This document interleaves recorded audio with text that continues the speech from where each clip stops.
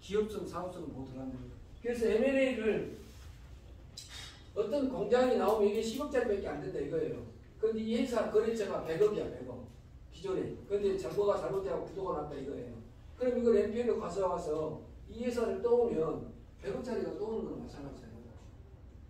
회사를 먹을 때. 그 얘기예요. 기업성, 사업성을 보고 NPL이 들어갈 수도 있다. 기사, 인특. 그래서 기업성, 사업성의 대표적인 게 인증특허. 인증특허. 그리고 제일 중요한 게 출구전략. 그래서 어떤 거든 간에 출구전략이 없으면 들어가면 낭패를 볼 수 있다는 겁니다. 그 다음에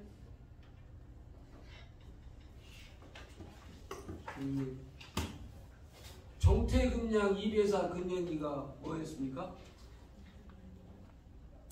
소득세.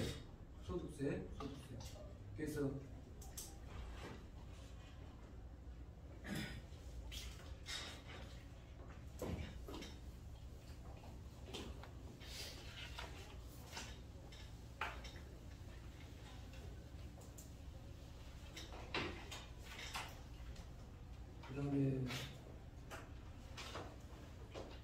그 다음에 소일량 변제한 추서명이 연필 장점이었죠.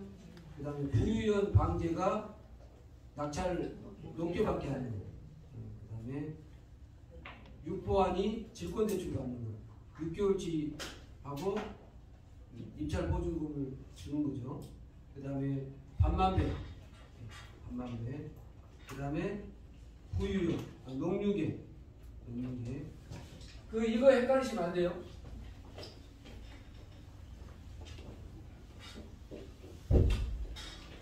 전원주택 단지, 이게 이제 주택법이거든요.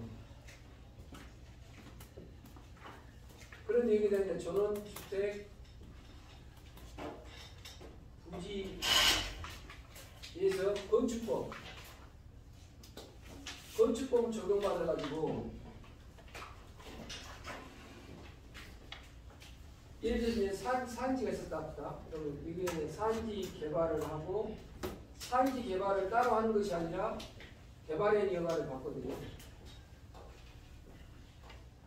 이게 이제 주된 계약이고 주된 허가고 이게 연계 허가예요.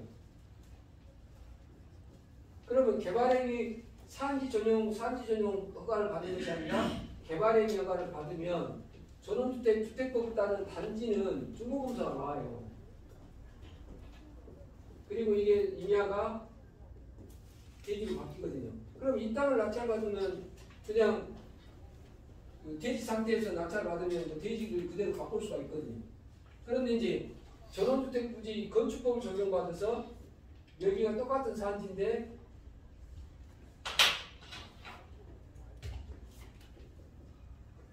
산지 개발, 산지 전용 허가를 받는 것이 아니라 산지 전용 허가를 받는 것이 아니라 똑같이 개발행위 받아요. 그런데 개발행위 허가를 받는 것이 아니라 건축법에 따라서 건축 허가를 해주거든요. 그러니까 건축 허가를 신청하면서 개발행위 허가를 받고 개발행위 허가 받으면서 산지 전용을 같이 받거든요. 그럼 요놈을 받으면 요놈을 받는 거, 요놈을 이제 연계 허가라고 해가지고 같이 받거든요. 그런데 문제는 요놈은 승계가 돼요, 낙찰 받으면. 그런데 요놈은 두 개로 나눠져요.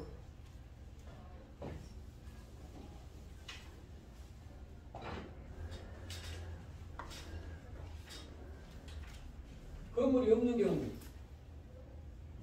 건물까지 토지까지 이렇게 낙찰받으면 건축허가가 승계돼요. 요거 승계되니까 다 따라 승계가 되거든요. 이게 승계됩니다. 그런데 문제는 요놈이 없는 상태에서 건축허가가 나온 땅에 요놈만 낙찰받는 거예요. 요놈만. 그러면 요놈은 승계된다는 명문화 규정이 있어요. 요건 승계되거든요. 그런데 요거는 건축법에서 승계가 안 돼요. 요건 승계가 안 돼요. 그러니까 이제 건축허가가 난 땅은 요놈을 건축허가를 냈던 사람한테 승계를 받든지 아니면 이걸 죽이고 새로 신규로 내든지 예를 들어서. 그런데 이제 문제는 건축허가가 죽어버리면 개발행위 허가도 죽어버리거든요. 여기는. 건축허가 이게 되면 건축허가를 목적으로 개발행위를 넣어준 거거든요. 여기는 건축이 목적이 아니라 개발행위가 목적이니까 개발행위를 그냥 넣어준 거고 차이가 달라요. 그러니까 건축허가가 나 있는 땅인지 안 나 있는 땅인지 구별을 먼저 해야 돼요. 건축허가가 안 나 있다 그럼 개발행위 끝났다 그럼 그대로 가져가면 되는 거고. 그런데 건축허가가 나 있는 땅이다 그러면 이거는 이제 건축물이 경매에 나왔느냐 안 나왔느냐. 건축물이 경매에 나왔다 한다면 다 같이 낙찰받으면 건축허가도 그대로 승계되고 넘어온다. 그런데 건축허가가 건축물이 경매에 안 나왔다. 이건 낙찰받지 안 했다. 그러면 건축허가는 승계된다는 조문이거든요. 개발행위가는 그러면 우리 자동으로 승계되냐? 무슨 소리? 이거는 건축을 목적으로 개발행위를 해줬기 때문에 이게 요놈은 승계되고 요놈은 승계 안 된다. 그렇게 분리가 안 된다는 거예요. 그래서 요 부분을 헷갈리지 않게끔 이렇게 정리를 잘 하셔야 됩니다. 그 다음에 거기 개발행위 허가에 대해서 원상복구 있죠? 원상복구 할 때 보증보험 끊거든요. 보증보험 그 유효기간이 지나버리면은 낙찰자가 원상복구 해야 되는 문제가 생길 수도 있어요. 낙찰자 돈을 들여가지고 낙찰자. 그래서 지금 페이지 몇 페이지냐면 12페이지입니다. 12페이지. 우리가 이번에 NPL 과정에서 2기 때 배우면서 2기 때 제일 중요한 게 뭐예요? 다른 거 다 잊어버려도 되는 게 없어요. 오늘 내가 이것만 기억하겠습니다. 확인하고 거래를 한다. 그럼 첫 번째 뭐? 반복. 그래서 인테리어 공사한다 그러면 뭐? 보증보험 끊어오거나 뭐든지 예를 들어 직원을 채용한다. 그래도 뭘 끊어라고 한다? 보증보험 투서 끊어라. 2천만 원짜리 예를 들어 3천만 원짜리 이런 식으로 자기가 이제 정확하게 알면 그렇게 안 해도 되는데 자기가 이제 좀 초보고 뭔가 좀 불안하다 그렇다 한다면 그렇게 보증보험으로 이렇게 타인하고 거래의 관계를 맺으면 예를 들어서 계약금을 100억짜리 건물을 100억짜리 건물 사는데 오늘 10억을 계약금을 줬거든요. 그런데 그 다음날 그 집에 건물이 가압류가 500억이 들어와 버리면 내 돈 10억 계약금이 날아가 버리는 거예요. 그잖아요. 그 집에 잔금을 2달 있다 치르고 있는데 오늘 계약하면서 계약금 100억짜리 10억을 줬어. 그런데 그 다음날 가압류가 그 집에 그 빌딩에 500억이 들어오면 내 돈 10억 날아가 버리지. 60억 날아가 버리지. 그러면 매도자가 계약을 이행하는 데 대한 뭘 끊어오라고 해야 된다? 보증금 끊어오라고 할 수도 있잖아요. 그러니까 여러분 갖고 있는 주머니에 100억 그거 껌값이에요. 한 번 실수하면 한 방에 나와요. 한 방에. 나는 꽤 그런 사람들만 보니까 우리 1세대 경매했던 사람들 중에 마지막에 살아있는 사람이 별로 없어요. 왜 그럴까요? 한 방에 나와. 한 방에. 자기가 한 20, 30년 경매 고수다 이거야. 그래갖고 피를 넣어요. 가압류. 대부분 인간이 사람들이 그러더라고. 그러다가 이제 분양 안 되는 500억짜리, 1000억짜리 그런 걸 이제 NPL로 떠갖고 와가지고 이제 뭐 경매를 낙찰받아서 분양을 시키려고 했는데 안 돼가지고 한 방에 나왔다. 그러니까 자기가 이제 애쓰는 어렵게 벌어놓은 돈을 잘 지키려면 항상 거래를 할 때 뭘 봐야 된다? 담보. 담보 없으면 담보가 제일 중요하지. 담보가. 그래서 아니면 공사 맡길 때도 보증금, 증권. 아니 일반 매매 계약할 때도 매도인할 때 계약 보증 10억짜리 잔금 내 계약금을 보증한다는 보증서 끌어다 줘. 안 끌어주면 안 사. 그러면 팔려고 하는 사람은 끌어다 줄 거 아닙니까? 자기가 이행하려고. 아니면 뭔데 기해놓고 해야 돼요? 가득 기해놓고 해야 돼요. 지금 부동산 살 때 가게야 가득들이 친다 이거예요. 10억 줘놓고. 10억 줘놓고. 그래야 안전하지.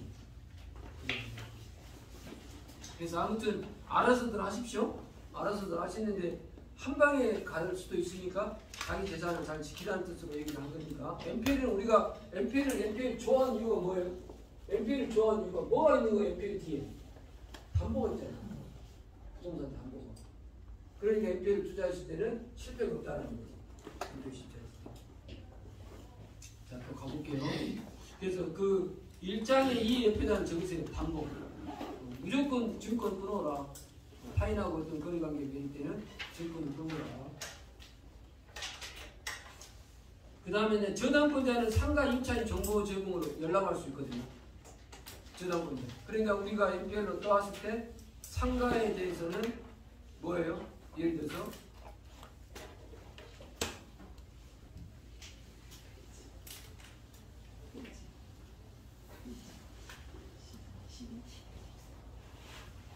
상가 임차인의 정보를 얻을 수 있다? 있다.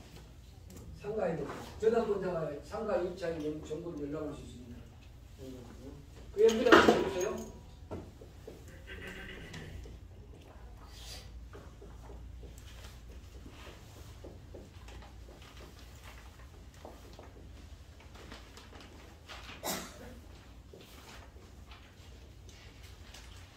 상상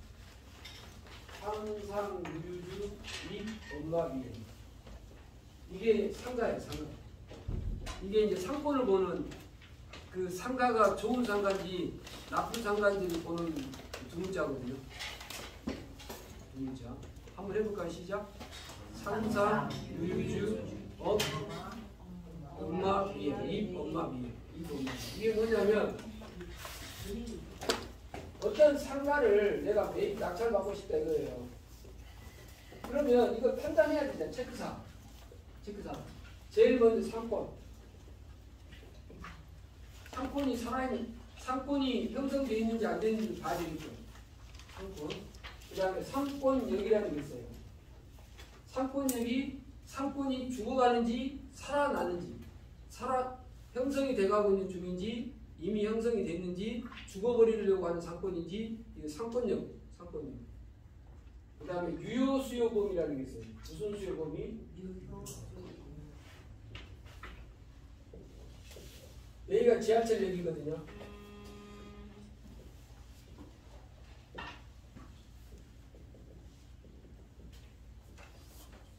이 지하철을 이용하는 사람들이 이 3차선만 되면요. 반대편에 있는 차선에서 그 반대편에 있는 차선으로 사람들이 잘 안 움직여요. 그렇게 사람들이 우리들 말로 뭐라고 할까요? 간사스러워요. 도로가 있으면 도로를 건너지 않으려고 그래요. 상권이.